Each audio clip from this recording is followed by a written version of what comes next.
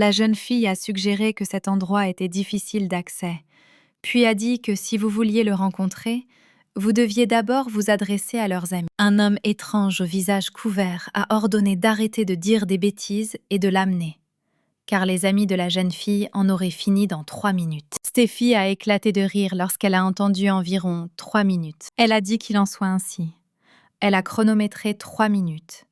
La jeune fille était sûre que Bonnie leur donnerait sa vie bien plus tôt. Le gars voulait l'attraper, mais elle lui a dit de ne pas la toucher, en ajoutant « si, il veut vivre au moins 1 seconde de plus ». Le gars a souri, disant à quel point c'était mignon, mais il a pensé à quel point cette fille était susceptible. Sans l'écouter, il attrapa la jeune fille par l'épaule. Bonnie, d'un seul mouvement habile, lui a donné une telle rebuffade que toutes ses vertèbres ont craqué et il a volé sur le côté. La jeune fille a dit qu'elle l'avait prévenue et qu'elle était partie. Devant elle se tenait une foule de vampires en colère, prêts à l'attaquer. Il y a 10 ans, ont commencé à apparaître des gens capables de se transformer en vampires.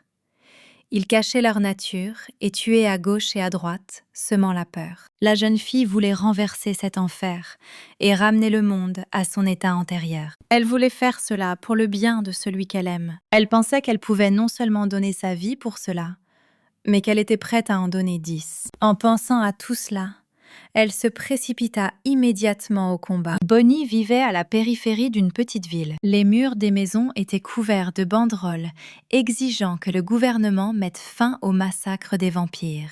3 hommes se sont approchés de l'église et ont demandé aux enfants où se trouvait le prêtre. Les enfants ont répondu en demandant si ces hommes étaient des bandits et ont demandé de les laisser tranquilles, mais l'un d'eux a commencé à être impoli et a invité ses partenaires à regarder le gamin qui jappait, insultant ainsi la petite fille. L'homme a voulu l'attraper par les cheveux, mais elle a crié fort pour qu'il ne la touche pas. Le bandit a dit qu'ils étaient venus chercher des signatures. À cause de tous, le calendrier de construction de ces hommes avait été perturbé et ils ont menacé que ces enfants, orphelins, ne s'en sortiraient pas comme ça et ont exigé d'appeler le curé. Une fille est sortie en courant de derrière la clôture avec un sac sur la tête et une bassine d'eau dans les mains. Elle a crié après les hommes et leur a dit de s'enfuir, en leur promettant de leur arracher les bras et les jambes. L'un des hommes l'a attrapée par les cheveux et lui a demandé qui elle était, sans attendre de réponse. Il a continué en disant qu'un seul déchet pouvait vivre dans cet endroit. Bonnie a crié, demandant pourquoi diable il espérait qu'ils partent, venant constamment et essayant de se débarrasser de leur maison. Les enfants se sont levés à ce moment-là et ont demandé de laisser partir leur sœur. L'homme a commencé à arracher le sac de la tête de la jeune fille, en disant qu'il voulait regarder son visage, et qu'à ce moment-là, elle se débattait et demandait à être libérée. Tout ce qui se passait a été interrompu par un type aux cheveux roux. Il espérait que ces gens pourraient lui indiquer le chemin. L'un des bandits lui a demandé avec colère qui il était. Sans répondre à sa question, le type lui a demandé calmement où il pouvait trouver un commissariat de police à proximité. L'homme a répondu grossièrement qu'ils étaient occupés et lui a dit de chercher tout seul tout ce dont il avait besoin. Le gars, confus, a accepté. Jacques s'est retourné et a marché dans la direction opposée. Et les bandits n'ont pas compris ce qui n'allait pas chez lui, le considérant comme un attardé. Après quoi, ils ont de nouveau demandé à la jeune fille de leur amener le prêtre. En entendant les mauvais traitements infligés par les bandits, le gars s'est arrêté. Il s'adressa aux hommes en leur disant que leur langage était plutôt grossier. Jimmy s'est approché du chef des bandits et lui a demandé s'il pouvait recommander à ces hommes un restaurant proposant de bons haricots et du riz, leur faisant allusion à la prison. Ils ont commencé à lui demander qui il était et à le menacer de mort. L'un des bandits murmura quelque chose avec crainte au second. Tous 3 s'enfuirent précipitamment, disant qu'ils reviendraient dans 1 semaine et exigeant que les enfants amènent le prêtre à ce moment-là. La jeune fille s'est tournée vers les enfants, s'est excusée d'être sortie si tard et leur a demandé s'ils avaient peur. Ils ont répondu que oui. Elle leur a demandé de ne pas dire au père Michael qu'elle s'était exprimée de manière grossière, mais ils ont ri et ont dit que pour cela, elle devrait faire la lessive pendant toute la semaine. Jimmy était sur le point de partir, Mais avant de le faire, il leur a conseillé de s'assurer d'éviter de s'associer à des ordures aussi sales que ces individus. La jeune fille l'a remercié pour son aide, et il a répondu qu'il n'avait rien fait, et qu'il ne voulait tout simplement pas voir les voyous obtenir ce qu'ils voulaient. Bonnie lui a proposé de l'emmener au commissariat, sans se retourner. Le gars a dit qu'il savait lui-même où il se trouvait. En levant le sac de sa tête, la jeune fille le regarda. Elle vivait dans un orphelinat catholique depuis l'âge de 10 ans. Dans ce quartier vieux et délabré, de telles choses arrivent souvent, donc cela ne la surprenait plus. Un tel environnement l'a aidée à devenir plus forte. Mais tout cela avait un revers. La fille se souvenait que son petit frère lui demandait souvent pourquoi elle restait tout le temps à la maison.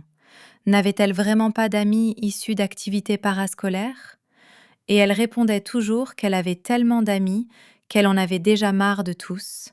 Et en plus, elle aimait vraiment lire. Il lui disait constamment que lorsqu'elle irait à l'université, elle devrait rejoindre un club, car les événements et festivals étudiants étaient obligatoires.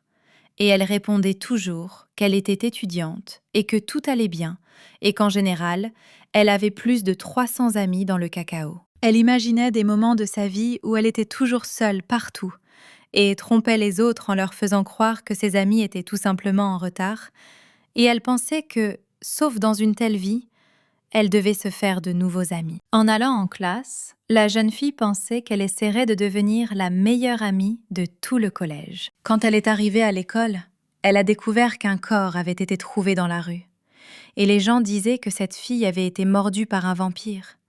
Quelqu'un a même dit qu'elle ne pouvait plus vivre dans cet endroit. Assise dans le bus, la jeune fille pensait que c'était déjà le 3e incident qui se produisait dans cette zone. Même si cette information était affichée sur Google, elle ne comprenait pas comment ils pouvaient continuer à vivre là-bas. Elle pensait que tout cela se passait juste à côté de chez eux et craignait pour la vie de ses proches. Sur les lieux du crime, la police n'a permis à personne de s'approcher du corps et a demandé à tout le monde de rester derrière la ligne jaune. Bonnie a regardé une vidéo dans laquelle un homme demandait si les gens savaient d'où venaient les vampires, s'il s'agissait d'une évolution ou si cette espèce existait, mais elle était simplement cachée au public. Bonnie a dit que la seule chose que tout le monde sait, c'est qu'ils vivent parmi les gens et se manifestent la nuit. Le présentateur a déclaré que les gens doivent être particulièrement prudents et ne pas sortir après le son des sirènes. Et vous ne devriez même jamais essayer de combattre l'un d'entre eux, car ils sont terriblement forts et ont la capacité de se régénérer rapidement. Après les cours, les gars se sont assis dans un café et ont joué à un jeu appelé « Qui boit plus que qui ?» Quelqu'un a crié que l'étudiante de première année avait perdu et tout le monde a crié à l'unisson qu'elle devait boire. La jeune fille pensait qu'elle jouait déjà au jeu depuis 2 heures, mais elle n'avait toujours pas réussi à communiquer normalement avec aucun de ses camarades de classe. Mais elle n'a pas abandonné. L'alcool était sa bouée de sauvetage pour cette soirée. Elle pensait qu'après s'être saoulée et détendue, ils deviendraient définitivement amis. Tout cela était censé marquer le début de sa nouvelle vie luxueuse. Bonnie ne comprenait pas pourquoi elle était toujours sobre après tout ce qu'elle avait bu. Elle ne distinguait plus l'alcool de l'eau, et la jeune fille se demandait si elle était vouée à se retrouver sans amis. Une bataille d'alcool a commencé à la table de Chuck, et presque tous les étudiants s'y sont rendus. Les perdants ont dû participer à un spectacle de talent. Certains participants pensaient qu'ils devraient simplement aller participer au spectacle de talent et ne pas se moquer d'eux-mêmes maintenant, car il était tout simplement impossible de surpasser ce type. Mais Bonnie n'en faisait pas partie. Elle a décidé d'accepter le défi et de se battre. Les gens disaient que c'était incroyable et lui demandaient comment elle avait réussi à boire autant d'alcool et à vaincre cet homme. Chuck, ivre, a traité la fille de bête. Tout le monde a soudainement commencé à prendre l'initiative. Il voulait faire connaissance et commencer à communiquer avec elle. Bonnie pensait qu'elle n'avait jamais eu d'amis. Mais il semblait qu'elle pourrait enfin se lier d'amitié avec quelqu'un. Une des personnes présentes lui a dit qu'à l'université, on l'appelle Nord-Ouest-Sud-Est à cause de la façon dont elle salue tous les passants. Le gars lui a demandé qu'elle ne savait pas qui étudiait dans leur faculté. Et à cause de cela, elle s'est comportée de cette façon. Ce à quoi elle a répondu que c'était le cas. Après quoi, la jeune fille lui proposa de boire par amour. Les gars sont restés assis trop longtemps et ont oublié de compter le temps. Ils ne s'en sont rendus compte que lorsqu'ils ont entendu le son de la sirena. Ils se sont préparés à la hâte. Certains d'entre eux ne voulaient pas partir, mais les étudiants ont quand même décidé d'aller au collège. Quelqu'un a dit qu'un vampire avait été vu près du bureau du syndicat étudiant. Un autre a dit qu'un gars qui travaillait à temps partiel dans une librairie non loin de l'établissement d'enseignement avait disparu. Il a suggéré que lui aussi s'était transformé en vampire. La fille a demandé avec peur comment ils pourraient vivre parce qu'ils ne savent pas qui est le vampire parmi eux. Bonnie pensait qu'il était temps de rentrer chez elle avant qu'il ne fasse complètement nuit. Walter s'est approché d'elle et lui a proposé de la ramener chez elle. La jeune fille ne répondit pas et il répéta sa question. Elle hocha la tête, ne sachant pas du tout quoi lui dire. Bonnie ne comprenait pas pourquoi il était si gentil avec elle. Car ses amis parlaient de sa popularité, après quoi elle lui disait qu'elle pouvait rentrer seule à la maison, car à un tel moment, il était dangereux d'être dans la rue. Walter a demandé ce qu'il y avait de si dangereux là-dedans. En regardant le gars, elle ne savait pas comment répondre à sa question. En accompagnant la jeune fille, le gars a décidé de rompre le silence et a dit qu'il avait entendu dire qu'elle vivait sur le territoire de l'Église catholique et a demandé si cela lui convenait. La jeune fille a répondu que c'était normal pour elle, car elle ne vivait pas dans l'église elle-même, mais simplement sur son territoire. Elle dit qu'elle vit avec des frères et sœurs charmants, donc tout lui va bien. C'est toujours bruyant là-bas, et l'ambiance est pleine d'énergie. Elle a beaucoup aimé. Walter regarda la fille avec surprise et lui sourit gentiment. Elle lui paraissait si gentille. Le deuxième son de la sirène retentit, ce qui signifiait qu'il était minuit, heure à laquelle il n'était pas recommandé de sortir dans la rue. Les gens ont couru après le bus, essayant de le rattraper, et ont demandé au chauffeur d'attendre, car c'était le dernier bus. Bonnie regardait avec crainte les gens qui passaient devant elle. Après cela, en regardant le gars, elle a dit qu'il ferait vraiment mieux de rentrer chez lui, car il était déjà midi. En désignant l'arrêt, elle a dit qu'elle avait juste besoin de prendre le dernier bus, qu'il y avait trop de maisons vides autour, et que si quelque chose arrivait, personne ne pourrait aider le gars. Il demanda s'il y avait trop de bruit à propos des vampires. La jeune fille ne le comprit pas et lui demanda ce qu'il voulait dire. Quelque part au coin de la rue, ils ont entendu un homme crier, traitant quelqu'un de monstre dégoûtant. La fille en avait peur. Il s'est avéré qu'il n'y avait que 2 hommes, dont l'un essayait d'extorquer une dette au second. Le débiteur s'est allongé par terre et a demandé à pouvoir rentrer chez lui ce jour-là, affirmant que ce serait mieux pour eux deux. Bonnie a reconnu l'agresseur comme étant le bandit venu dans leur église. Il regarda le débiteur avec colère et promit de le tuer. Le bandit a attaqué l'homme et a commencé à le battre sans pitié. La fille avait peur. Elle voulait aider cet homme, mais elle ne savait pas comment le faire. Après quoi, elle vit le débiteur bondir et percer le ventre du bandit avec sa main. L'homme la regardait avec des yeux d'animal et a dit qu'il avait demandé au bandit de partir et lui avait dit que ce serait mieux ainsi. Bonnie était encore plus effrayée. Elle réalisa que ce n'était pas une personne, mais un vampire, et marmonna cela dans sa barbe. Walter s'en rendit également compte et jura. Après avoir abandonné la fille, il s'est enfui du vampire, et elle a eu peur et a crié. Elle avait terriblement peur et pensait que c'était le type qui disait qu'il y avait trop de battage médiatique autour des vampires. Et c'est pourquoi elle ne comprenait pas comment il pouvait la laisser seule avec un vampire. Le vampire ne comprit pas pourquoi il était si excité, et la fille qui se tenait à côté lui demanda de ne pas s'approcher. Elle cherchait quelque chose dans son sac à dos, essayant de se calmer mentalement. La jeune fille eut peur, réalisant qu'elle ne trouvait pas la bonne chose dans son sac. Même si elle était sûre d'avoir pris ce que son père lui avait donné, le vampire, se dirigeant vers elle, lui demanda ce qu'elle cherchait là-bas. Il suggéra que ce pourrait être une croix ou de l'ail, après quoi il sourit et dit que de telles choses étaient inutiles contre eux. Bonnie réalisa qu'elle n'avait toujours pas ce dont elle avait besoin avec elle. Elle a commencé à regarder autour d'elle, essayant de comprendre s'il y avait des gens à proximité et si elle pouvait compter sur de l'aide. Réalisant cela, Damon a ri et a dit qu'on dirait qu'elle est toute seule dans cet endroit. Elle se tenait debout, tremblante de peur, contre le mur, et lui demandait de ne pas faire ça. Après avoir relâché ses crocs, il dit que la fille ne devrait pas avoir peur des vampires, car avant, ils étaient tous des humains, tout comme elle. Après s'être levé et rire, le vampire prit une décision. Il était déjà prêt à mordre la fille. Mais au dernier moment, il décida de lui montrer le pouvoir de bénédiction que possèdent les vampires. Après quoi, il dit à la jeune fille qu'il voulait lui donner la même bénédiction. La jeune fille a crié, lui demandant de ne pas s'approcher d'elle. Et Démon lui a dit que boire du sang est bien plus agréable que de la drogue et qu'on peut en tirer un véritable buzz. La jeune fille ne savait pas quoi faire, mais elle comprit qu'elle devait lui échapper d'une manière ou d'une autre. Attrapant la fille par les cheveux, le vampire lui demanda pourquoi elle ne voulait pas devenir l'une d'entre elles et être au-dessus des gens. Il a dit qu'il la transformerait en vampire.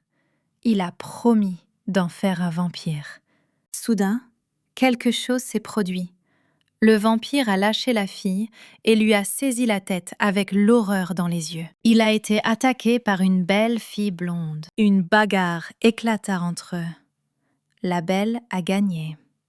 Après quoi, la jeune fille effrayée se serra le visage, pleura et se murmura qu'elle n'aurait pas dû faire cela. Elle s'était déjà dit d'arrêter de faire ça, plus d'une fois. Cette belle fille est née vampire. De retour chez elle, elle ne se rappela plus où elle avait mis sa coiffe et se mit à la chercher. Elle continua frénétiquement sa recherche, ne se rappelant plus où elle l'avait laissé. La jeune fille était très heureuse de le trouver dans le panier avec le linge sale. Après l'avoir mis sur sa tête, la jeune fille pensa qu'elle était probablement la personne la plus négligée de toute la région. Bonnie savait qu'elle se retournait lorsqu'elle devint extrêmement agitée. Mais heureusement, elle a pu se calmer grâce à cette couronne d'épines. La jeune fille s'est dit de ne pas l'oublier la prochaine fois, car elle ne pourrait pas aller à l'université ni faire autre chose si elle se faisait prendre. Ce n'était pas du tout facile pour elle de vivre parmi les gens, en essayant de cacher son vrai visage. Elle resta allongée là et réfléchit à la façon dont cela lui était arrivé à nouveau. Et elle voulait juste vivre comme une personne ordinaire. Elle ne voulait rien avoir à faire avec les vampires. Après un cours à l'université, un professeur s'est approché de la jeune fille et lui a demandé s'il avait bien compris qu'elle se présentait sous le nom de Bonnie. La jeune fille a répondu que c'était son nom. L'homme a répondu qu'il avait remarqué à quel point elle continuait à étudier dur, même après la fin du cours. Et il voulait juste s'assurer qu'elle était assez forte pour le prochain couple. La jeune fille l'a remercié pour son inquiétude et lui a répondu qu'elle allait bien. C'était la première année de sa carrière de professeur. C'est un professeur sincère qui connaît chacun de ses élèves par le nom et donne ses cours même le week-end. C'était un étudiant légendaire qui a occupé 3 emplois pour payer ses études, a eu une enfance difficile avec une mère célibataire, mais maintenant ils vivent bien et il deviendra probablement papa le mois prochain. La jeune fille pensait que cette personne était digne de respect et qu'elle devrait travailler aussi dur que le professeur pour réaliser quelque chose dans sa vie. Pendant la récréation, les gars ont demandé à la fille si elle avait vraiment récemment rencontré un vampire. Des amis voulaient savoir si elle avait été blessée, et certains ont même pris la peine de savoir si elle était morte. Ce à quoi la jeune fille a répondu avec un sourire que, comme ils l'ont vu, elle était toujours en vie. Le gars a traité Walter de connard parce qu'il avait laissé la fille seule avec le vampire, et elle a dit qu'il n'y avait pas lieu de s'inquiéter, car elle a également réussi à s'échapper. L'un des étudiants a déclaré avoir entendu dire que, sur 10 millions de personnes, une était un vampire. L'ami de Bonia a déclaré sous le choc que c'était un jeu, car dans ce cas, ils étaient au moins 2 dans leur collège. Que devrait-il faire si l'un d'eux étudie, même dans leur filière? Mais le gars lui a suggéré de ne pas trop réfléchir à ce sujet. La jeune fille a commencé à s'inquiéter de toutes ces discussions sur les vampires, mais a essayé de se calmer par le fait que le rapport de police ne contenait aucun indice et qu'elle avait juste besoin d'être silencieuse et plus basse que l'herbe à l'université. Elle a entendu une conversation entre 2 gars qui discutaient d'un incident au cours duquel un vampire avait massacré une famille entière. Ils ont parlé de la façon dont tout le monde mourrait à ce rythme. Et le gars a exprimé son opinion à ce sujet. Il a rêvé que tous les vampires mourraient. Bonnie était perdue dans ses pensées et n'entendait pas son nom. Elle se souvenait de la façon dont il lui avait dit qu'elle ne pourrait pas être amie avec les gens. Enfant, les livres d'images étaient ses seuls amis, car elle était toujours seule. Elle a observé des enfants se retrouver après l'école et passer du temps ensemble. Et chaque jour, elle priait pour qu'un jour elle rencontre un ami avec qui elle pourrait discuter et jouer. Un jour, un garçon s'est approché d'elle et lui a dit qu'il ne pensait pas qu'elle puisse lire de tels livres. Il a dit qu'il l'avait également lu récemment. C'est ainsi qu'elle rencontra sa seule amie. Ils se balançaient sur une balançoire et discutaient de divers sujets. D'autres enfants ont parlé du fait qu'elle n'était pas allée à l'école. Ils se sont moqués d'elle, pensant que la fille ne savait ni lire ni compter. Et un jour, Jacob lui a demandé si elle n'allait vraiment pas à l'école. Bonnie resta silencieuse. Elle ne savait pas comment répondre au mieux. Il sourit et continua en disant qu'elle avait de la chance, car il réfléchissait depuis longtemps à la façon de ne pas aller vers elle. Le gars l'a invité à aller à la bibliothèque ensemble la prochaine fois qu'il manquerait l'école. Il a dit qu'il n'avait aucun ami d'école, et la fille a demandé combien de livres avec des images il y avait dans la bibliothèque. Il a souri et a dit qu'il y avait un parcelle. Après cet incident, ils se sont rencontrés tous les jours et ont passé du temps ensemble. Jacob a partagé avec elle les incidents qui lui sont arrivés et dont il n'a parlé à personne d'autre. Elle lui en était vraiment reconnaissante. Quand ils étaient ensemble, la fille oubliait qu'elle était un vampire. Mais ce bonheur n'a pas duré longtemps. Un jour, elle a vu des écorchures sur le visage du garçon et lui a demandé ce que c'était. Mais il a répondu que ce n'était rien et qu'il allait bien. Depuis, ils se sont rencontrés de moins en moins souvent et leurs contacts diurnes sont tombés dans l'oubli. Et Bonnie était en colère contre elle-même de ne rien donner à Jacob en retour alors qu'il lui avait tant donné. Elle voulait aider sa seule amie. Un jour, elle a vu comment des voyous l'ont attaqué, ont secoué son sac à dos. Ils lui ont recommandé la prochaine fois d'y mettre au moins un peu d'argent et il était inquiet parce que l'un d'eux avait piétiné un livre qui appartenait à Bonnie. L'intimidateur a levé la main pour le frapper, le traitant de connard. Quelqu'un arrêta son mouvement en lui attrapant la main. Cet homme a exercé une telle force que l'intimidateur n'a pas pu se tenir debout et est tombé. Le gars n'a même pas eu le temps de comprendre ce qui s'était passé. Il était tellement abasourdi qu'il ne pouvait que jurer. Quelqu'un, cachant son visage pour ne pas être reconnu, lui a dit de ne pas contacter Jacob. Cet homme était si fort que son coup a fait effondrer le mur derrière l'intimidateur. Les hooligans ont couru dans différentes directions par peur, et cet homme a couru, ouvrant son visage au gars, afin de savoir comment il allait. C'était Bonnie, qui voulait vraiment tout expliquer au garçon. L'expression de son visage effrayait la jeune fille. Elle ne savait pas à quoi s'attendre de lui, mais il avait peur et ne demandait qu'une chose, qu'elle ne le tue pas. Ses yeux étaient pleins de déception, car elle essayait seulement d'aider sa seule amie. La jeune fille a été tirée de ses souvenirs par ses amis, qui ont continué à l'appeler à plusieurs reprises. Elle a fait comme si de rien n'était et leur a dit qu'elle était déjà en route. Un peu plus tard, sur le terrain du collège, les gars se sont levés et ont discuté de quelqu'un. Ils ont dit qu'ils pensaient que cette personne ne se présenterait plus à l'établissement d'enseignement car ils ne l'avaient pas vue depuis très longtemps. La jeune fille n'eut le temps de réfléchir à qui il s'agissait que lorsqu'elle sentit une pression dans sa poitrine. Ce type l'a insultée et lui a demandé si elle ne voyait vraiment pas où elle allait. Joe a crié que c'était lui qui l'avait percutée. Mais la fille a suggéré de ne pas régler les choses et de partir. Ce type avait une mauvaise réputation. Tout le monde à l'université pensait que c'était un psychopathe malade.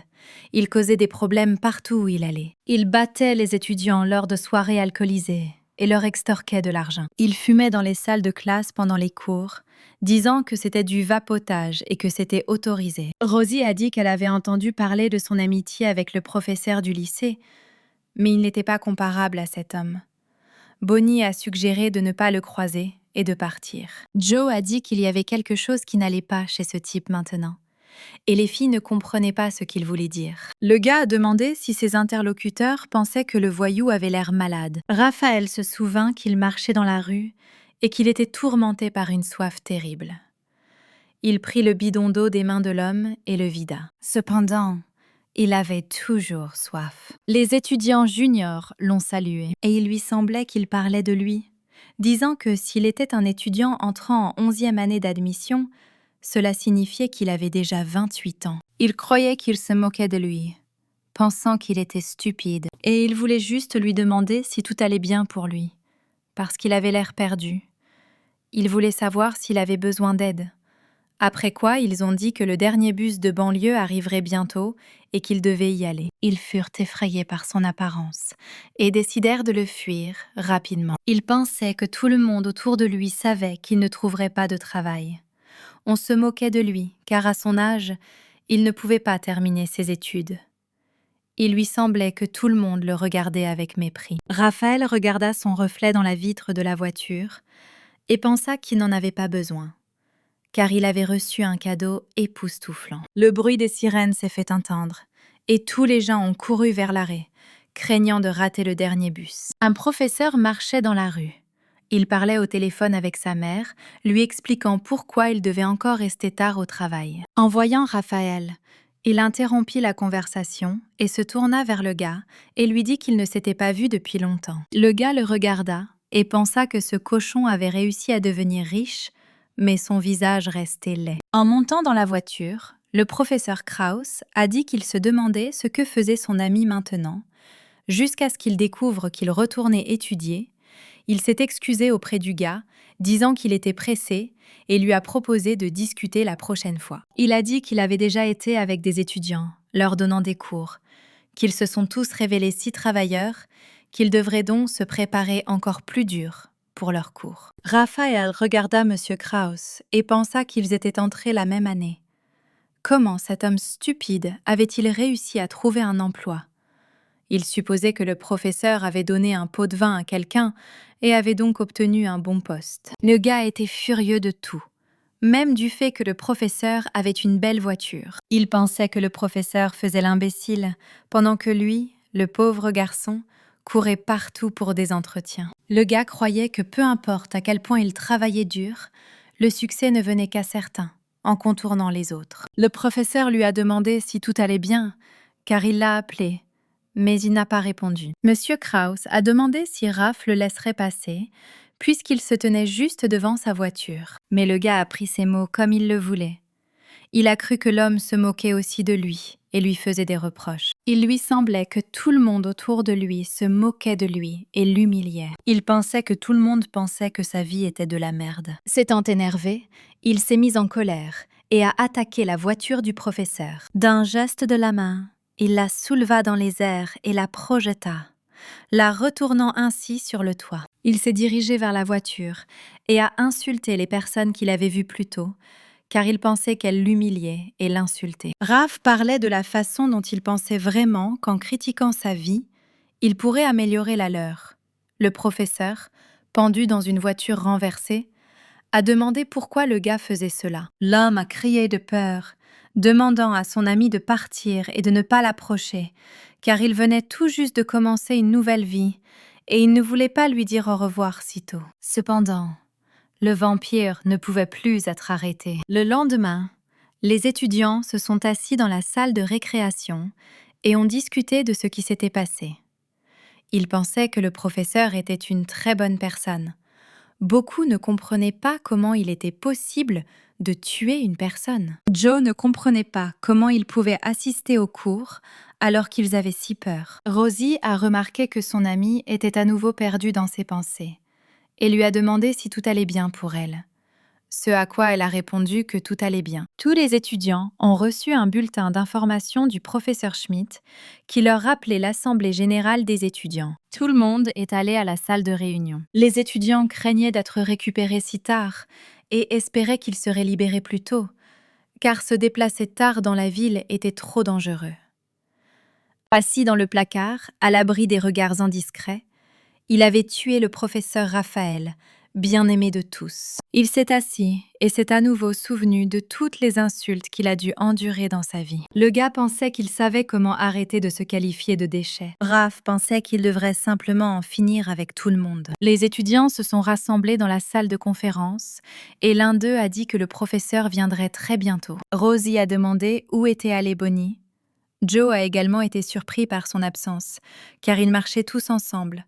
Après quoi, il a demandé à son amie si elle avait vu son masque. Un vampire, nouvellement créé, s'approchait de l'un des spectateurs. Il était déterminé. Et je voulais montrer à tout le monde ce qui se passerait si vous contactiez quelqu'un comme lui. Cependant, en entrant dans l'auditorium, il constata qu'il était complètement vide. Il était perplexe et ne comprenait pas où tout le monde était allé, car ils étaient censés se réunir dans cette même salle. Après quoi, il a vu une note indiquant que la réunion avait été déplacée vers un autre endroit. Dans la salle de classe, où tous les étudiants étaient réunis, le professeur a demandé à l'un des étudiants pourquoi ils avaient changé de classe, ce à quoi il a demandé à l'homme si c'était lui qui envoyait des messages à tout le monde. Le bâtiment dans lequel, selon la note, la réunion avait eu lieu était sujet à démolition, et à son entrée se trouvait une banderole demandant de ne pas entrer. En arrivant dans ce bâtiment,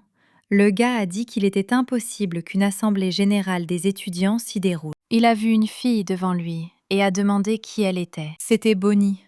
Elle s'est mis un masque sur le visage pour que personne ne la reconnaisse. Elle a répondu que s'intéresser à son identité n'était pas quelque chose dont il devait s'inquiéter. Puis elle lui a demandé pourquoi il avait tué le professeur. Le gars a demandé avec surprise « Qui ?» Puis avec un sourire, il a demandé « Donc ce cochon était votre professeur ?» Raph a dit que ce connard était arrogant, qu'il était un fonctionnaire, alors qu'il n'était payé qu'à l'heure. Un homme devait absolument vivre selon ses moyens. Bonnie a demandé, et c'est tout. Elle voulait savoir si c'était la seule raison pour laquelle le gars avait tué un homme.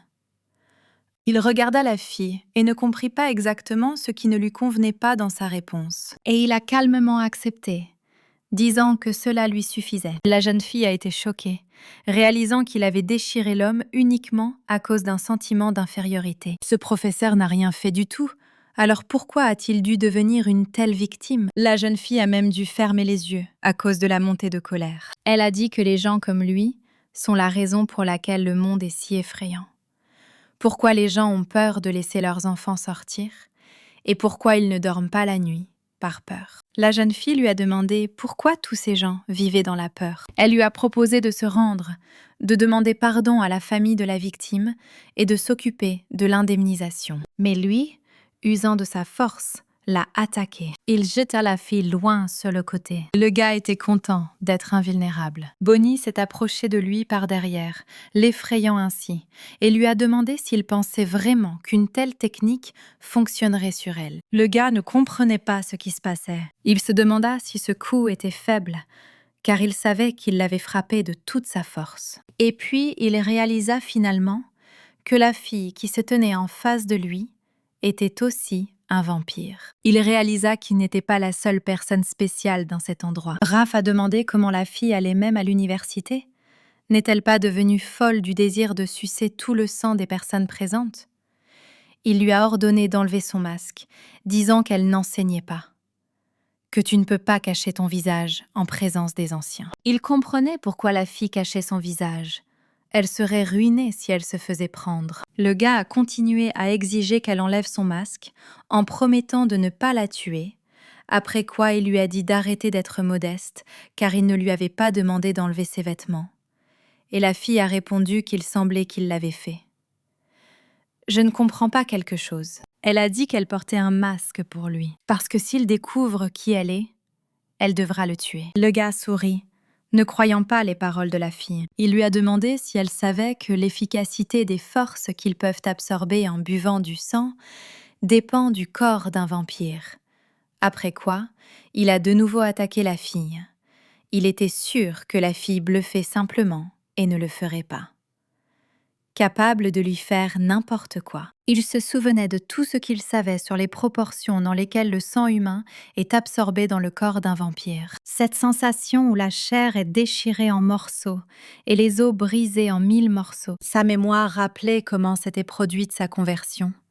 Les gens autour disaient qu'ils pouvaient l'utiliser. Après quoi, ils ont tendu leurs mains ensanglantées et ont dit que je devais boire ça. Ils ont promis qu'après cela, il renaîtrait. Ils ont discuté du fait que la durée de vie d'un vampire métis n'est que de 5 ans. Mais si vous entrez dans la famille d'un lion, vous pouvez l'augmenter. Il faut généralement environ 1 mois au corps pour absorber complètement le sang. Mais il a réussi à récupérer en 2 jours. Et il s'est avéré plus gelé que ne le pensaient les vampires qui l'avaient transformé. Le gars revint mentalement au présent. Il se leva et regarda la poussière qui s'était levée depuis la chute de Bonia. Il s'approcha d'elle avec un visage satisfait et se moqua de la jeune fille, pensant que la fin était venue pour elle. Mais elle s'est levée comme si de rien n'était et lui a demandé s'il avait fini.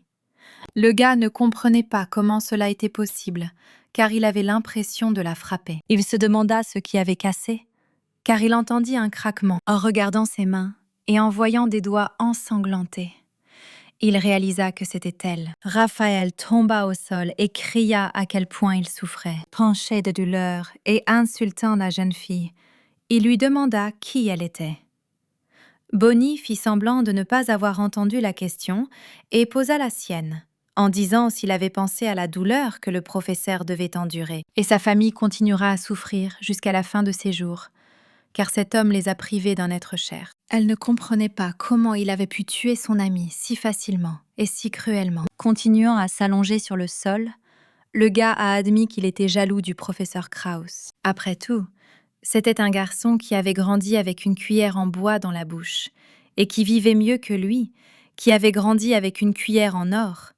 Il ne voulait pas admettre qu'une personne comme lui était devenue une poubelle, même si cela c'est logique, car il n'a pas essayé du tout et n'a rien fait. Le gars a fondu en larmes et a dit qu'il avait perdu le contrôle, après quoi il s'est demandé pourquoi il avait tué son ami.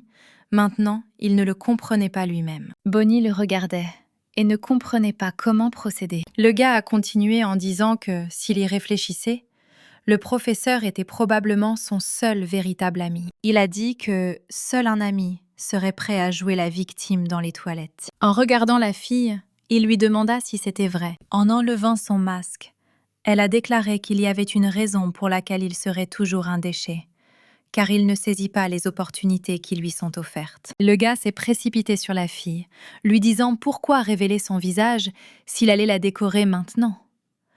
Il a traité la fille d'idiot, disant que les vampires se régénèrent toujours. La fille a arrêté son poing en disant que dans ce cas, elle ferait en sorte qu'il ne puisse plus faire ça. Bonnie serra le poing et commença à lui tordre le bras avec une grande force. Ainsi, elle l'a jeté très habilement. Raph n'eut même pas le temps de comprendre comment il se retrouvait à nouveau au sol. Il se souvint de la conversation entre les 2 vampires qui l'avaient transformé.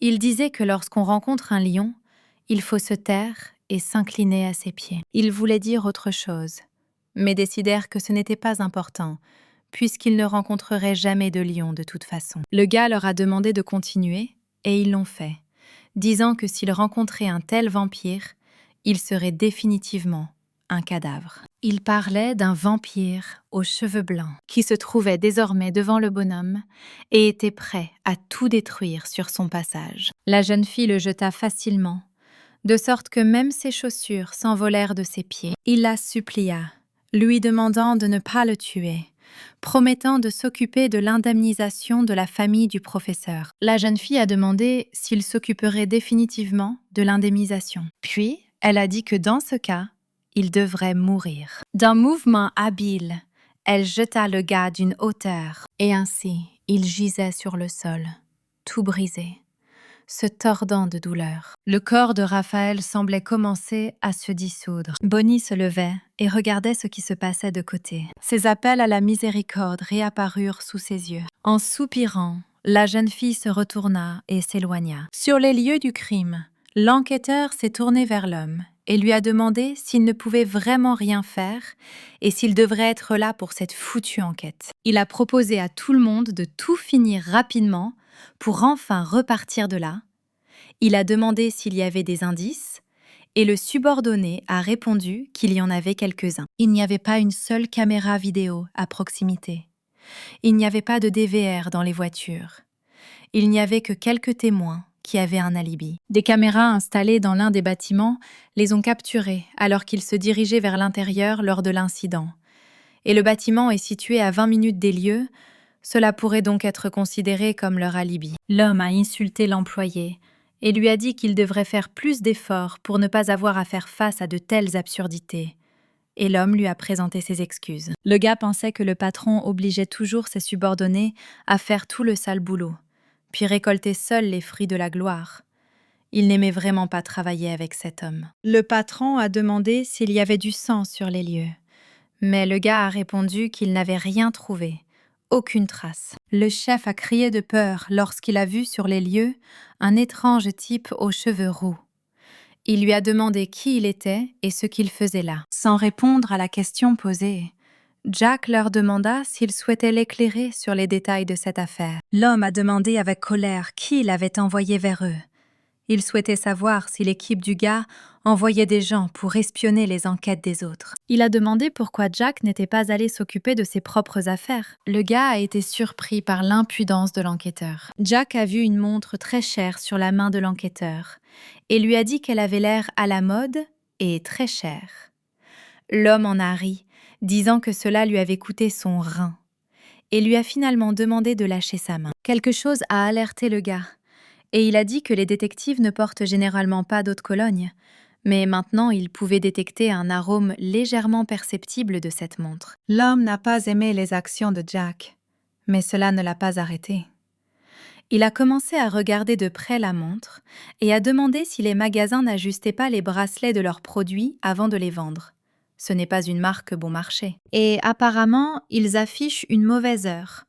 En fonction de la différence d'heure, cela ressemble à du russe.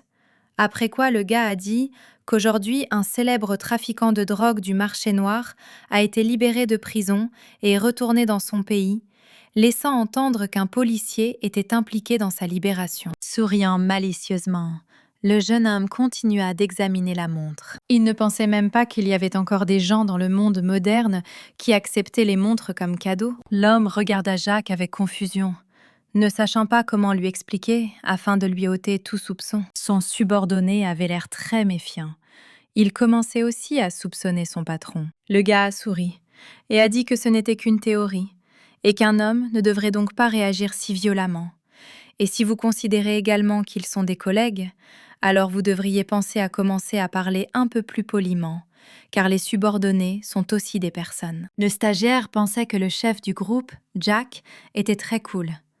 Personne d'autre à la station n'avait le courage de parler ainsi à son patron arrogant. C'était l'inspecteur en chef, Jack Kemmer. Il a obtenu son diplôme très tôt et possède une mémoire phénoménale, grâce à laquelle il n'oublie jamais les choses qu'il a vues une fois. Un record d'arrestation de vampires qui a dépassé 80% depuis la mise en place des contre-mesures contre les vampires. Et même s'il a remporté très jeune un prix national pour ses réalisations en matière de techniques d'arrestation innovantes, la liste de ses réalisations est interminable. C'est pourquoi les gens l'appelaient le fantôme qui chasse les vampires. Le gars a dit sarcastiquement qu'il reviendrait en premier et a demandé pardon pour le problème. Les subordonnés de l'enquêteur l'ont fortement pressé en disant que tout cela nécessitait une enquête.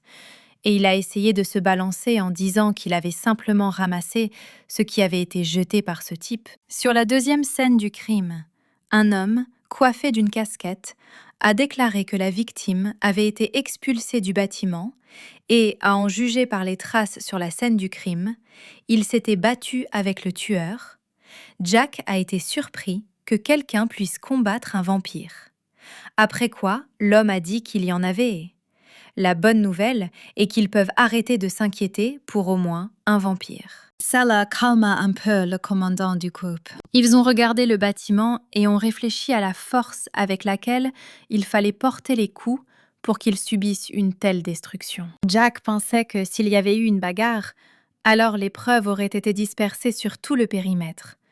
Et à en juger par l'absence de bagarre, il n'y a eu qu'un seul passage à tabac. Aucune chance de survie pour la victime. Il a dit que c'était un vampire inhabituel. Les gens discutaient de l'effondrement du bâtiment Gunshare. Ils s'inquiétaient du fait qu'il n'y avait pas une seule caméra là-bas, et on ne savait pas pourquoi cela s'était produit. Mais ils étaient rassurés par le fait que personne n'avait été blessé. Certains pensaient qu'il s'agissait d'un vampire, car les policiers devenaient de plus en plus nombreux. Sur le terrain du collège, Un gars se tenait devant diverses banderoles et criait dans le micro qu'il y avait bel et bien un vampire dans la cuisine. Il a dit qu'ils avaient déjà eu 2 incidents, et peu importe combien il demandait à l'administration de faire quelque chose, elle resterait passive. Les amis de Bonnie ont eu peur.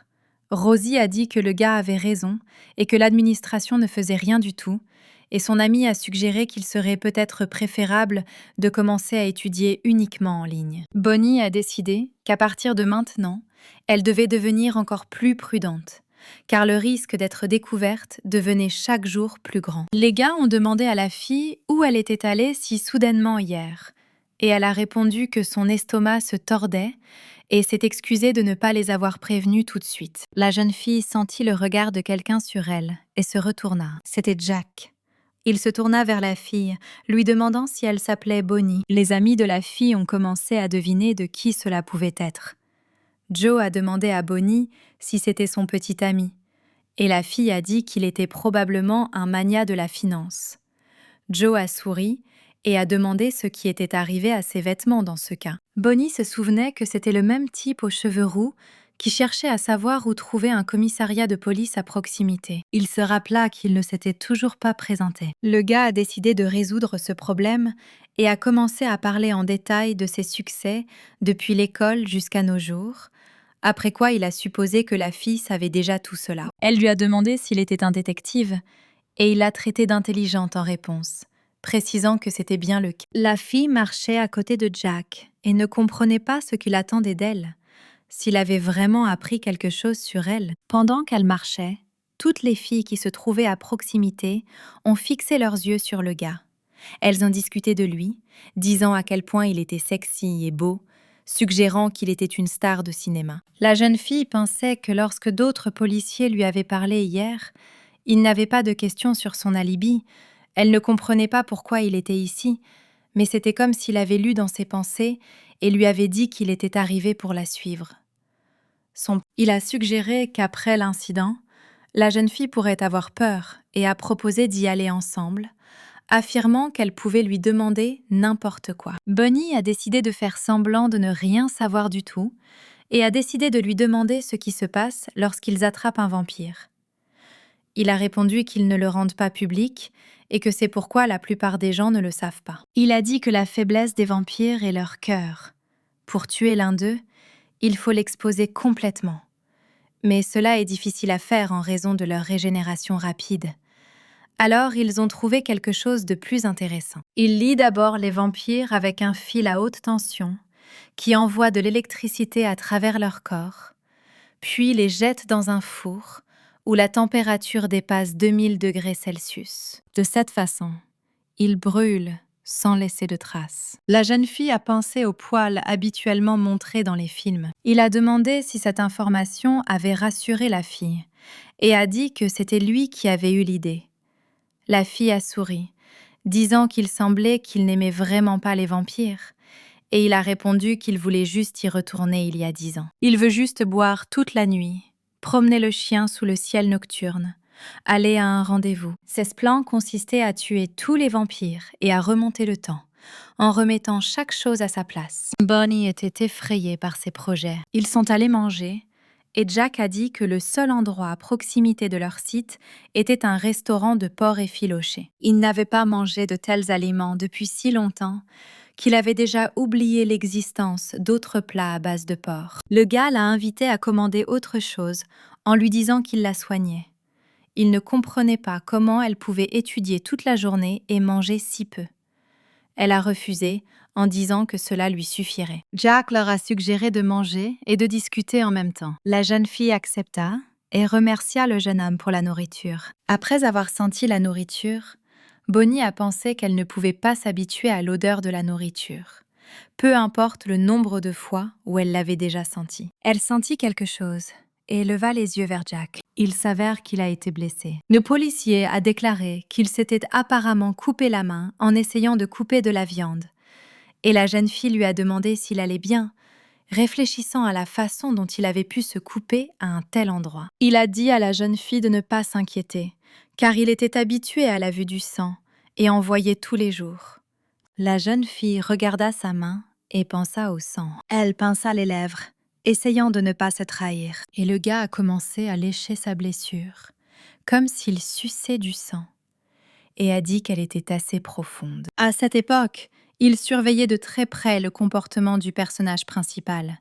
La jeune fille était assise, les yeux baissés, et se retenait. Sous la table, elle tenait une couronne d'épines dans ses mains et pensait que cet homme la testait exprès. Il sait que les vampires ne peuvent pas manger de nourriture normale et observe sa réaction au sang. Le gars s'est excusé auprès d'elle pour le sang en mangeant et lui a dit de se dépêcher et de manger avant que tout ne refroidisse. Après quoi, il lui a demandé si elle n'aimait pas le goût de cette nourriture. Et puis, il a directement demandé si c'était elle qui ne pouvait pas manger de telles choses. La jeune fille lui a demandé ce qu'il disait. Y a-t-il une personne qui ne mange pas de kebab ? Ce à quoi il a répondu que c'était tout à fait possible. Il a poursuivi en disant que ce serait le cas si elle était un vampire. Ils ne boivent que du sang et des boissons. Et dès qu'ils mangent quelque chose comme ça, leur nature commence à le rejeter dans une agonie atroce. La fille ne comprenait pas comment il avait découvert qu'elle était un vampire, ne savait pas s'il avait prévu de la retenir sur place, pensait qu'elle devrait peut-être lui dire que son estomac se tordait et partir précipitamment, mais elle réalisa, en il était temps, que cela suscite encore plus de doutes. Mais elle ne comprenait toujours pas comment procéder. D'une main tremblante, elle prit les baguettes dans sa main. En la regardant, Jack lui demanda s'il venait de dire quelque chose de stupide. La jeune fille s'excusa d'avoir commencé à manger pendant qu'il parlait. Elle ne pouvait tout simplement pas résister à une odeur aussi agréable. Le gars la regarda avec les yeux grands ouverts de surprise. Bonnie lui a demandé s'il pouvait croire que c'était si bon marché. Un seul rouleau et autant d'ingrédients à l'intérieur. Elle lui en offrit un morceau, puis lui demanda ce qu'il voulait dire avant.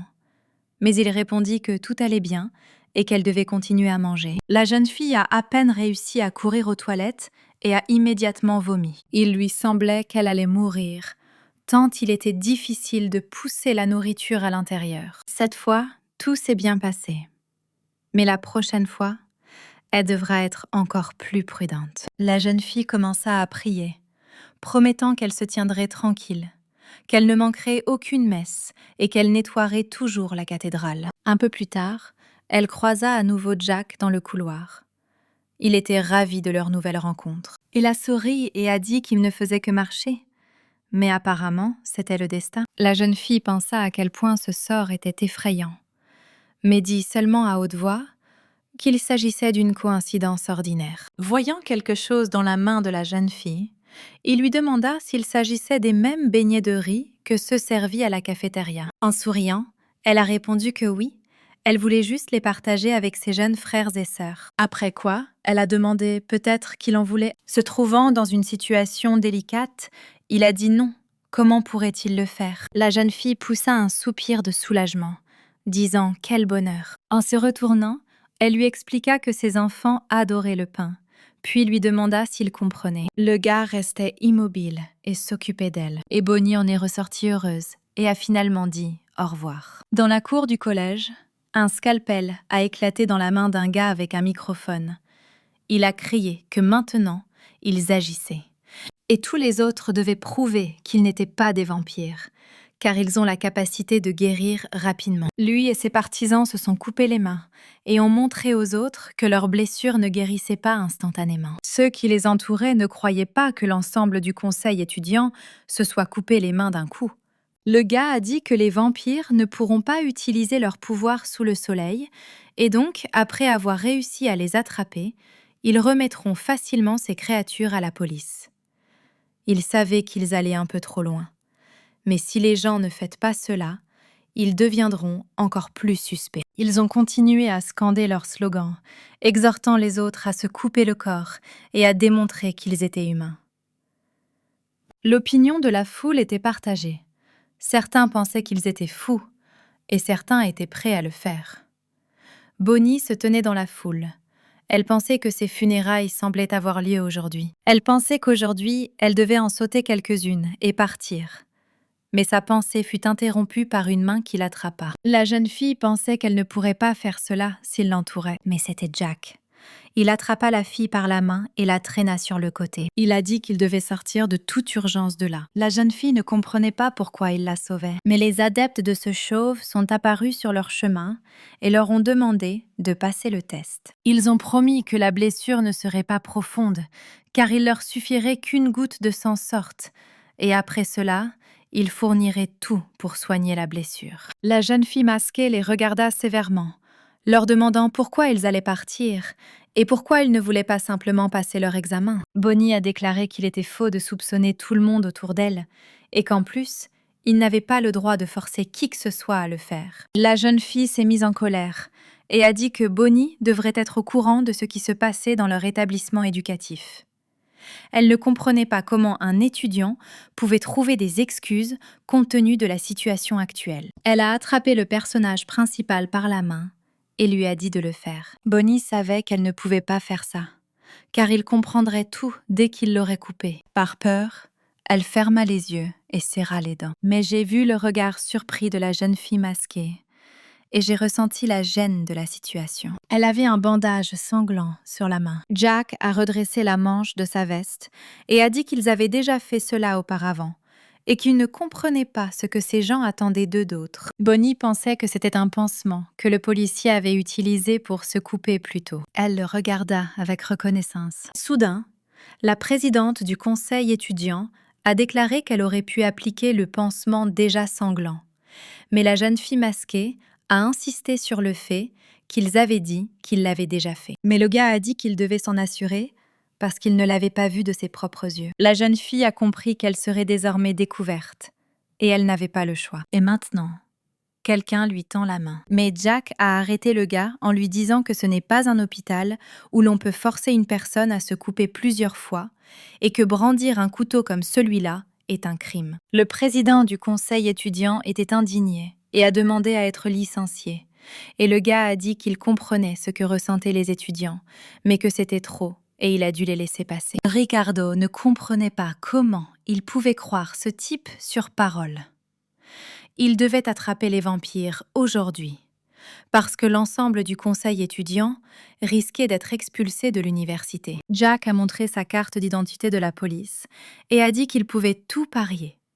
Les gars ne s'attendaient pas à une telle tournure des événements, et le policier a déclaré que cet étudiant allait les aider dans l'enquête. La jeune fille lui était incroyablement reconnaissante, mais ne comprenait toujours pas pourquoi il la sortait de cette situation. Le soir, la jeune fille était complètement en sécurité à la maison. Elle était allongée là, profitant du sommeil de son petit frère et de sa petite sœur. Son temps d'insouciance a été interrompu par un message SMS. Celui d'un détective qui a écrit que si une fille a des ennuis, alors elle devrait l'appeler. Elle a pensé à ce qui s'est passé aujourd'hui, c'était vraiment effrayant. Elle a regardé l'autocollant envoyé par le gars et je n'ai pas compris sa signification. Les enfants ont demandé si leur sœur écrivait à son petit ami. L'une d'elles a dit qu'elle sentait que c'était un gars à la façon dont ses doigts tapaient, et la fille était indignée qu'il n'ait pas encore dormi.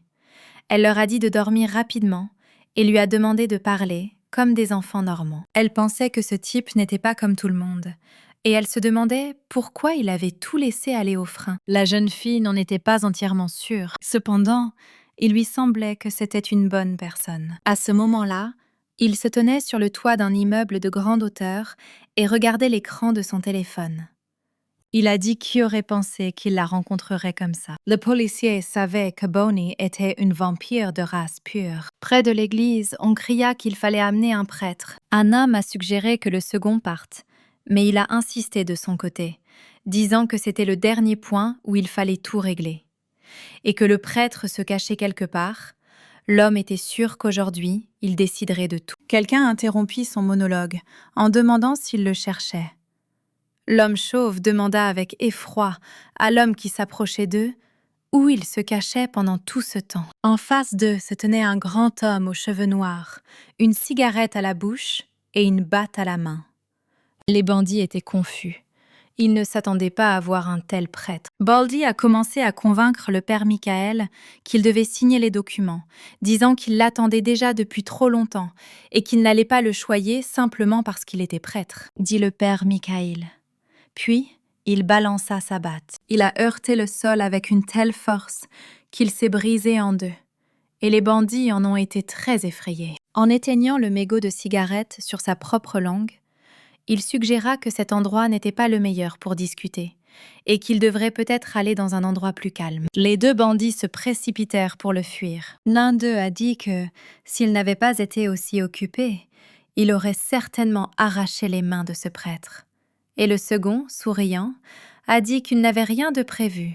Mais le chauve a assuré qu'ils avaient encore des projets. Klaus ne comprenait pas ce qui n'allait pas avec ce prêtre. Et Bruce lui demanda s'il avait dit à son partenaire qui était cet homme dans le passé. Baldi a dit que tout est clair pour lui.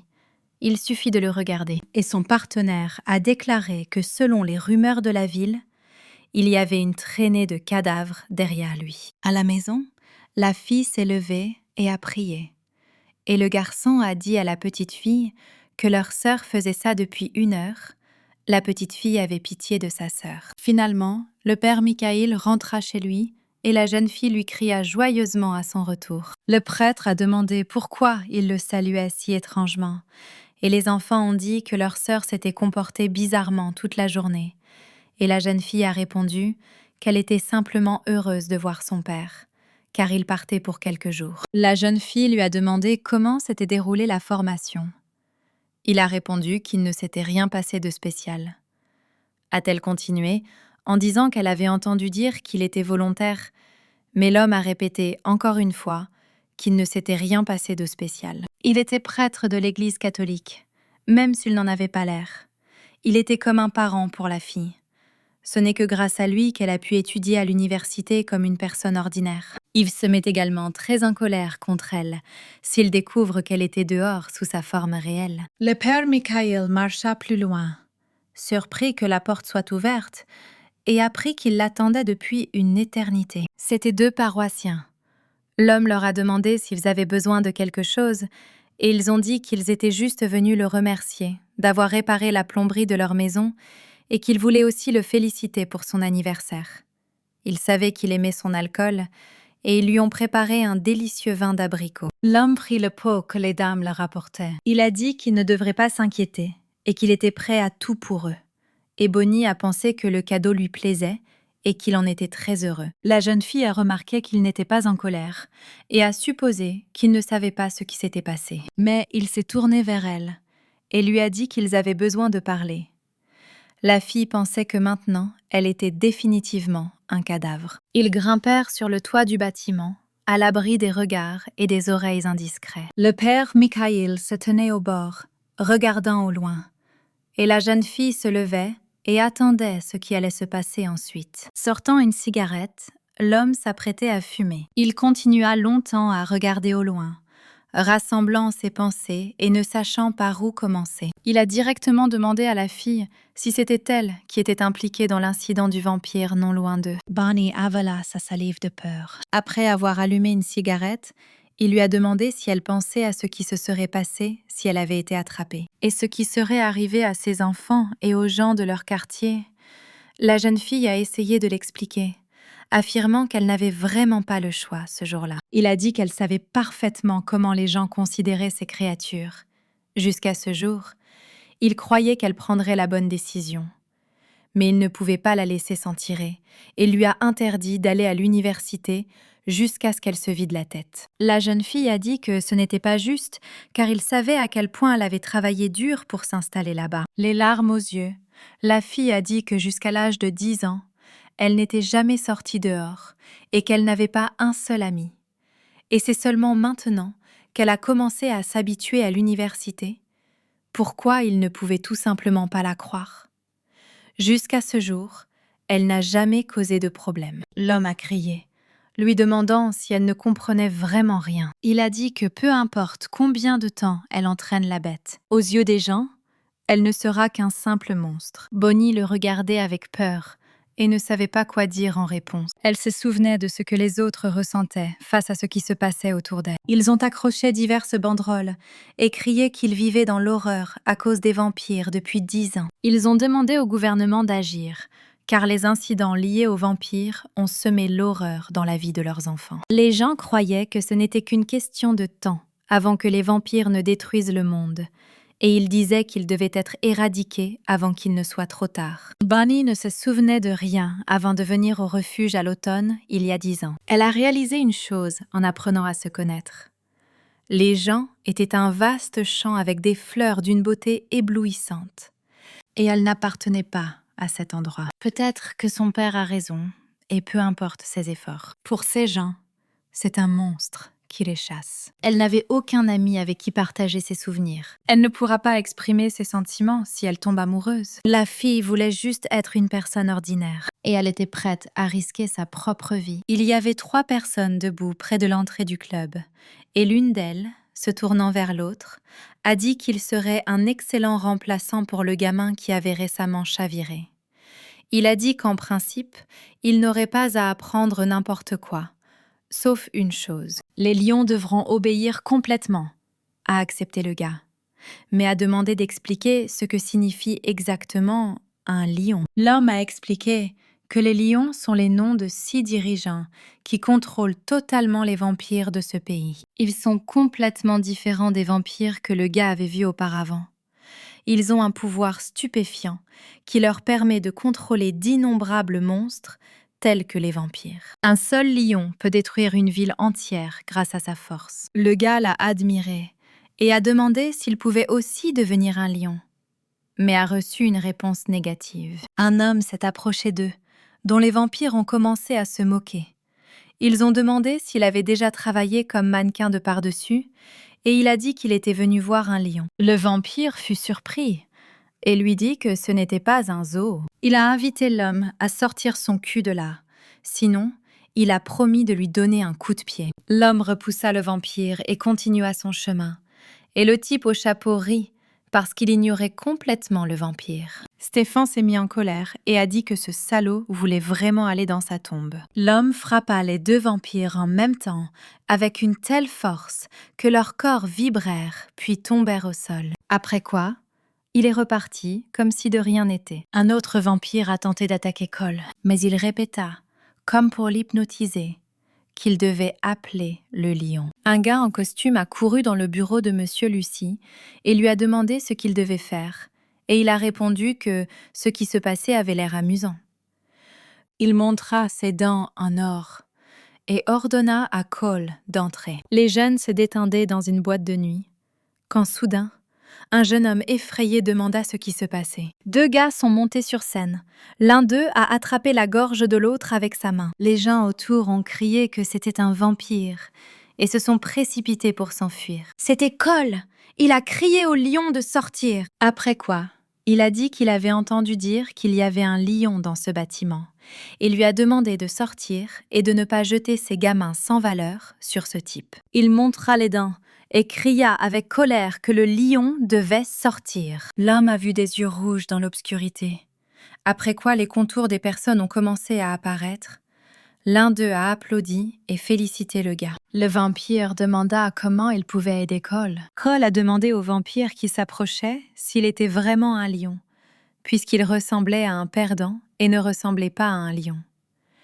Il a souri et a dit que ce type était le premier à lui dire cela. Le vampire aux cheveux bleus s'est tourné vers le gars et lui a dit qu'il connaissait beaucoup de gens comme lui. Après quoi, il lui a demandé ce qu'il ferait d'une vie de seulement 5 ans et a dit qu'il était possible de la prolonger. Et cela consiste à devenir un lion. Lev a dit au gars que son visage lui semblait familier et lui a demandé s'il s'agissait du même officier. Après quoi, il a ajouté qu'il était un grand fan. Il a dit à Cole qu'il l'aimait bien et lui a proposé de travailler sous ses ordres. Le gars a répondu qu'il l'entendait clairement. Mais il a dit quel dommage qu'il n'était pas d'humeur à travailler avec des gamins maigres comme ce type. Et le lion lui a recommandé de surveiller sa langue s'il ne voulait pas cracher du sang. D'autant plus qu'il était récemment converti. Cole a proposé de donner au gars une dernière chance de survivre s'il lui cédait sa place. Le vampire rit et dit à quel point il avait peur. Cole porta silencieusement un coup assez puissant à la gueule du lion. Et il a dit qu'il n'avait pas à s'inquiéter, car la situation allait bientôt empirer. Il continua à lancer coup sur coup au vampire aux cheveux bleus, disant qu'il ne comprenait pas la blague d'un lion se faisant botter le cul. D'autres vampires regardaient tout ce qui se passait de l'extérieur et ne comprenaient pas pourquoi Cole était si fort, car il semblait s'être récemment réveillé. Le gars pensait qu'il sentait sa force. Maintenant, il était beaucoup plus fort et puissant que lorsqu'il était un homme. Il voulait reprendre sa vie en main, devenir un lion et vivre au sommet du monde. L'homme voulut frapper à nouveau le lion et lui cria de mourir. Cependant, il a simplement donné un coup de doigt sur le front du gars et a été capable de lui porter un coup très puissant, de sorte que Cole a volé sur le côté. Le coup était si fort que le gars a volé très loin sur le côté. Lev, voyant le corps qui traînait, dit que c'était une honte et que l'homme ne valait pas son temps. L'un des hommes de main de Monsieur Lucie a déclaré que l'homme semblait mort et il a ordonné que l'on s'occupe du corps. Monsieur Lucie était assis dans son bureau et pensait que les réparations prendraient désormais une éternité. Il n'aurait pas dû commencer. D'autant plus que ce vampire s'est avéré être un mannequin. Mais un subordonné est venu vers lui en courant, en criant. Il lui murmura quelque chose à l'oreille. Cette nouvelle intéressa beaucoup le vampire, et il voulut aller à la rencontre du sang pur. L'homme a crié et a demandé de l'aide. Une fois dans un parc, beaucoup de gens se sont rassemblés près d'un collecteur d'eau pluviale. Ils ont tous essayé de l'ouvrir, mais rien n'a fonctionné.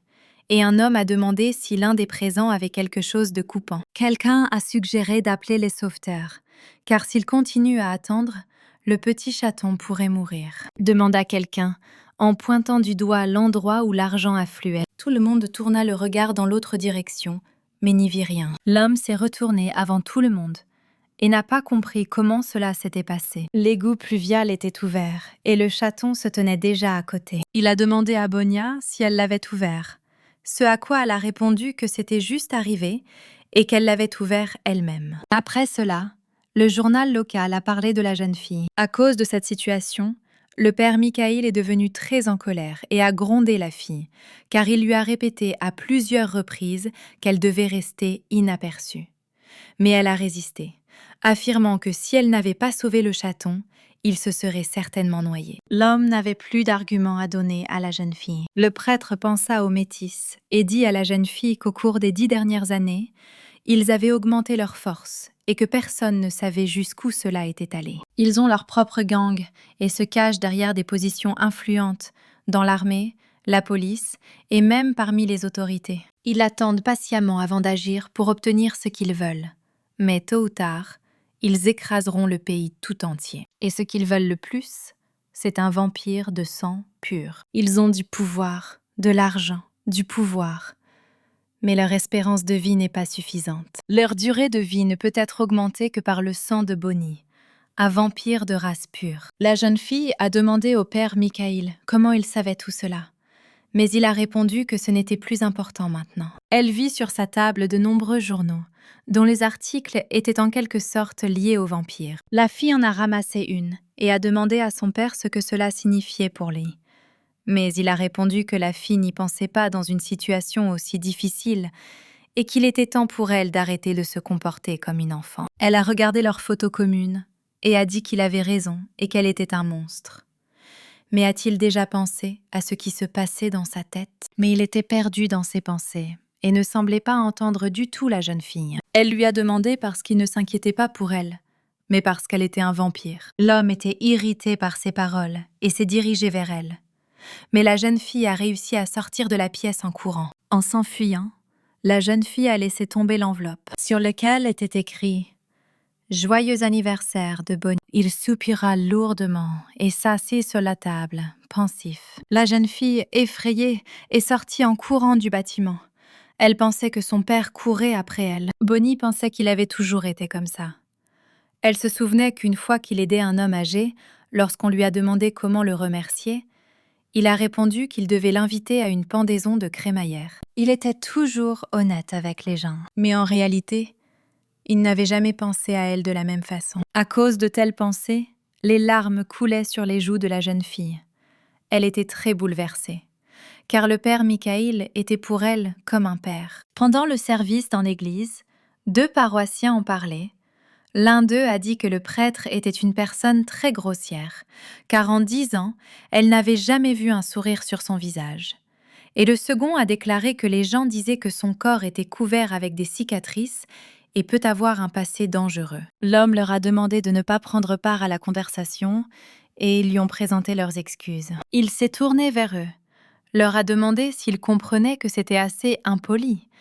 Après quoi, il a répondu que si cela se reproduisait, il serait obligé de les expulser. Son discours fut interrompu par l'apparition de M. Lucie. Lorsqu'il le vit, il réalisa que ce vampire était complètement différent des créatures assises dehors. Les paroissiens dans la file d'attente ont commencé à s'indigner. Ils ne comprenaient pas ce qui retardait la file d'attente. Le gars a dit qu'il cherchait quelqu'un et espérait que le prêtre l'aiderait à rencontrer cette personne. Tout cela était dangereux, car il y avait des paroissiens autour. Il devait, d'une manière ou d'une autre, les chasser de l'église. Les yeux des gens se tournèrent vers le début de la file, se demandant de qui il s'agissait et ce que faisait le père. Le père Michael a fait semblant de ne pas comprendre qui il cherchait et a dit qu'ils accomplissaient le rite de communion. Et M. Lucie a dit qu'il partirait dès qu'il trouverait cette personne. Le prêtre le regarda sévèrement et dit que cette personne n'était pas dans l'église. Le gars a dit qu'il avait un regard plutôt fâché pour un ecclésiastique et a demandé comment il savait qui il recherchait. Quelqu'un dans la file d'attente a demandé si le gars serait plus rapide. Le vampire a essayé de se retenir et a dit ce qu'il avait dit une seule fois, à savoir qu'il ne fallait pas le toucher. L'homme qui faisait la queue n'a pas écouté, est venu et lui a fait tomber le parapluie des mains. Il s'en est pris au type, l'insultant et lui demandant s'il ne voyait pas qu'il y avait des gens derrière lui. Le vampire s'est mis en colère. Ses yeux semblaient devenir fous et il était prêt à tuer cet homme. Le père Michael interrompit tout ce qui se passait en criant de contentement. Il regarda M. Lucie avec inquiétude, après quoi il s'est tourné vers les paroissiens, s'est excusé et a dit qu'aujourd'hui il devrait interrompre la messe et il leur a demandé de rentrer chez eux. En partant, les gens se demandaient ce qui s'était passé et si tout irait bien pour le prêtre. Le type a jeté la carte de visite de leur club au pied du révérend et lui a demandé pourquoi, une fois qu'il aurait fini, il ne devrait pas venir s'amuser. Il a promis de lui accorder une réduction spéciale. En souriant, il demanda à dire bonjour à Bonnie. Le père Michael ne comprenait pas quoi faire ensuite. Il s'assit et pensa que ces salauds savaient depuis longtemps où se trouvaient les sangs purs. Et nous ne les avons jamais contactés, simplement parce que nous attendions. Ils attendaient d'avoir le cœur d'un sang pur adulte. L'homme regarda leur photo commune posée sur la table et se souvint de l'enveloppe de Bonnie. Il se souvient que, lorsqu'il a été envoyé à l'étranger, il s'est lié d'amitié avec un petit garçon. Malgré sa vie difficile, c'était un garçon brillant et optimiste. Ils sont devenus très proches, communiquant par de courtes phrases.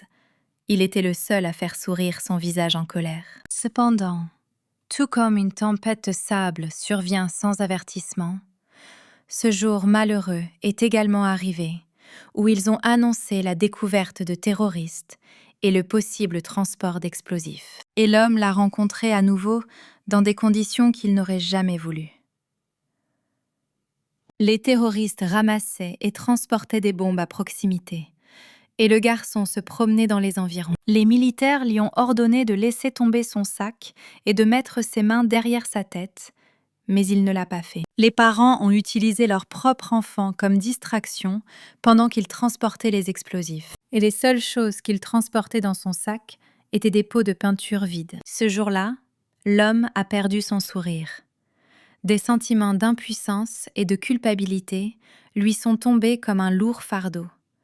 Et chaque jour, il a vécu avec le regret de ce qui s'était passé. Puis il a cru que servir Dieu l'aiderait à se débarrasser de cette culpabilité. Mais rien n'a changé. Et l'apparition des vampires a plongé tout le pays dans le chaos. Et il n'y a pas eu de forte chute de neige cette nuit-là. Mais il a de nouveau rencontré une tempête sans avertissement. Il a vu dans la rue un enfant allongé par terre avec des vêtements ensanglantés. Après avoir amené cette fille à l'hôpital, il a appris du médecin qu'il n'y avait pas une seule coupure sur la fille. La femme a demandé s'il était son tuteur. Il a répondu que non, et qu'il était sur le point de partir. Mais le bébé l'a attrapé par la manche, et il se souvint de la petite allongée par terre et mourante. L'homme l'avait amenée chez lui comme si le destin le conduisait. La fille ne savait rien d'autre que son âge et son nom, et il est vite devenu évident qu'elle n'était pas humaine. À chaque fois, il faisait des cauchemars de souvenirs qu'il voulait oublier en regardant le visage de la jeune fille. Un jour, il prit une décision et déchira toutes les lettres qu'il écrivait à son jeune ami. Et la fille a vu tout ça. Après un certain temps, en rentrant à la maison, il a vu une pile de lettres collées sur la table. Elle a tout parcouru et les a collées ensemble en morceaux et a laissé une lettre d'elle-même dans laquelle elle remerciait son père d'avoir réussi à dormir un lit chaud et elle s'est excusée pour avoir vomi la nourriture qu'il lui avait donnée. Après quoi, elle s'est rendue au commissariat et a voulu admettre qu'elle était un vampire.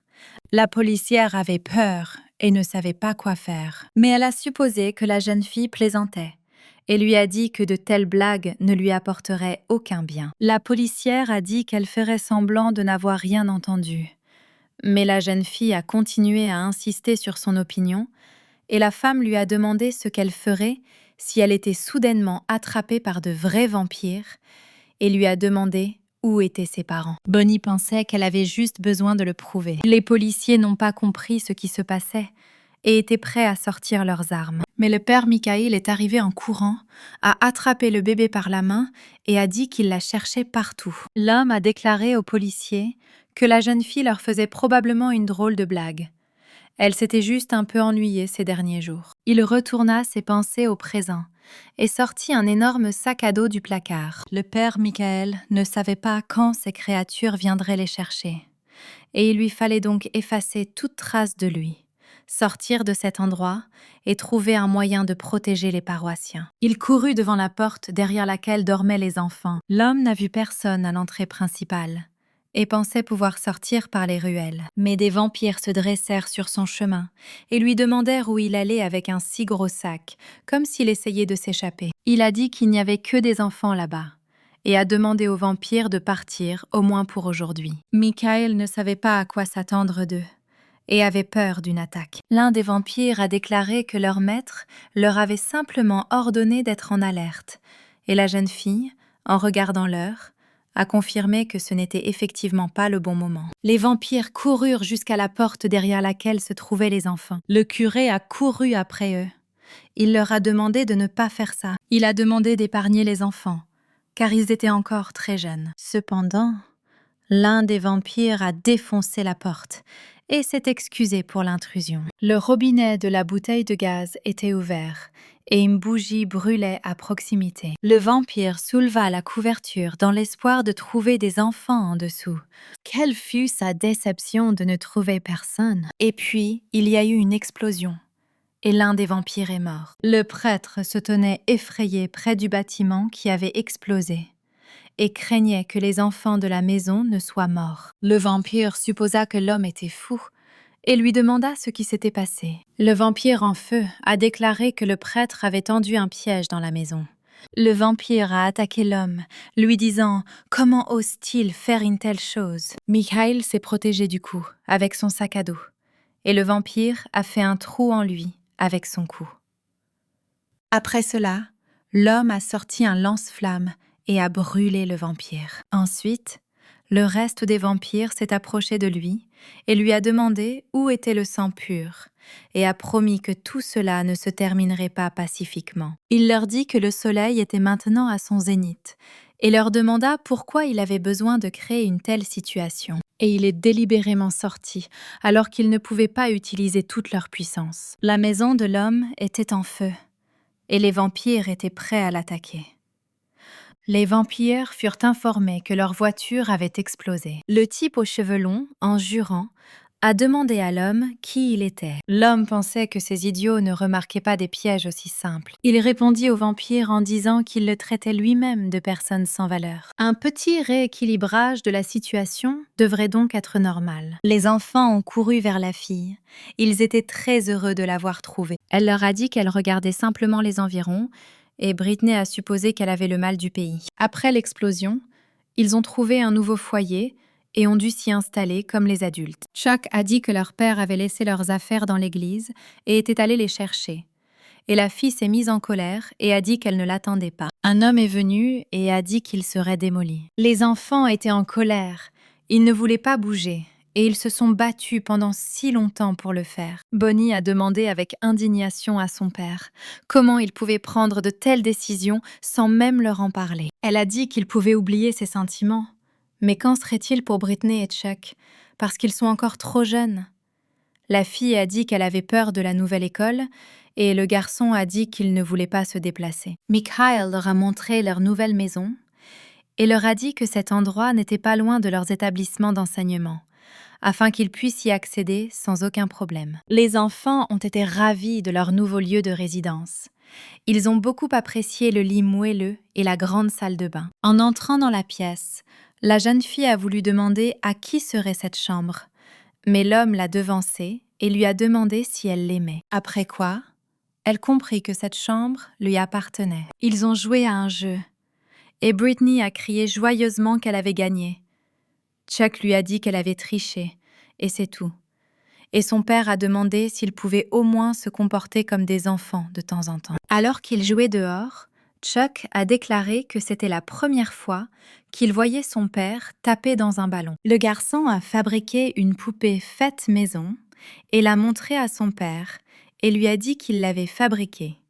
Ce à quoi la fille a demandé si ce n'était pas une poupée vaudou. Un jour, Britney lui a demandé si quelque chose de bien s'était produit récemment, mais il n'a rien répondu de bon. Bonnie leur a demandé s'ils voulaient une pizza le soir, et les enfants ont répondu oui avec joie. Ayant découvert du sang de vache coagulé dans le réfrigérateur, la jeune fille pensait qu'elle n'était pas allée faire ses courses cette semaine. Elle regarda son père et pensa que c'était probablement lui qui l'avait fait, mais ne perturba pas leur idylle avec une question. Arrivée dans sa chambre, elle ouvrit le tiroir de sa table de nuit. En regardant la couronne, elle se souvint de l'histoire que son père lui avait racontée.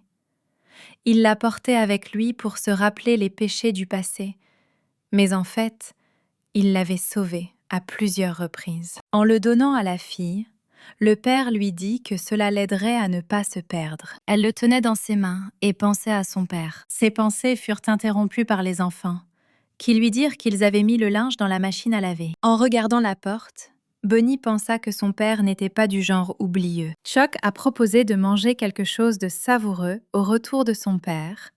Bonnie a suggéré des hamburgers et il était ravi. Tout le monde s'intéressait à la date de son retour. La fille était sûre qu'il reviendrait bientôt. Et entre-temps, il avait affaire à des vampires. Il les a brûlés et ils ont demandé grâce. 3 étaient déjà morts. Le père Mikhail pensait que le carburant restant devrait suffire à tuer les autres. Il a détruit le réservoir de carburant et il y avait encore des vampires vivants. L'homme pensait que c'était mauvais, car c'était sa meilleure arme, et il n'avait rien d'autre. Un vampire s'est approché de lui et lui a demandé s'il ne savait pas que les gens sont faibles parce qu'ils comptent sur des armes comme celle-ci. Après quoi, il lui a demandé s'il n'était pas aussi drôle maintenant qu'avant. Il a menacé l'homme, lui disant de ne pas penser qu'ils allaient le tuer comme ça. Le père Mikhail se leva, tenant un pistolet à la main. Le vampire fut surpris et demanda si l'homme pensait vraiment qu'il pouvait faire quelque chose avec un si petit pet. Il a demandé si le gros ne fonctionnait pas, qu'est-ce qui lui faisait penser que celui-ci le pouvait. Le vampire suggéra que l'homme devait simplement mourir paisiblement, car il rendait tout difficile pour eux deux. Il s'est précipité sur le curé en criant qu'il avait besoin de connaître sa place. Après avoir tiré, le père Mikhail a fait un trou dans sa poitrine. Il se souvenait qu'il avait déjà passé 10 coups à tirer sur une cible et qu'ils avaient tous touché exactement au même endroit. Il y a quelques années, le gouvernement a capturé un métis et a expérimenté sur elle. Mais ils n'ont pas pu être achevés à cause d'autres métis. Le vampire a demandé à l'homme s'il pensait vraiment qu'il allait mourir avec beaucoup de balles à l'intérieur. Le père Mikhail s'est rappelé comment il avait rencontré un homme qu'il connaissait, qui lui avait apporté un dossier contenant des documents et lui avait dit qu'en faisant cela, il prenait un très gros risque. Il ne savait pas quelle était l'affaire du prêtre mais il lui a demandé de ne pas le faire. À la maison, il s'est assis et s'est familiarisé avec un énorme tas d'affaires de vampires. Revenant à ses pensées au présent, il dit qu'ils avaient tout découvert sur les corps de vampires et que l'homme savait que si le même endroit était attaqué plusieurs fois, la régénération du corps deviendrait 2 fois plus lente, ce qui conduira finalement à une incapacité totale à le faire.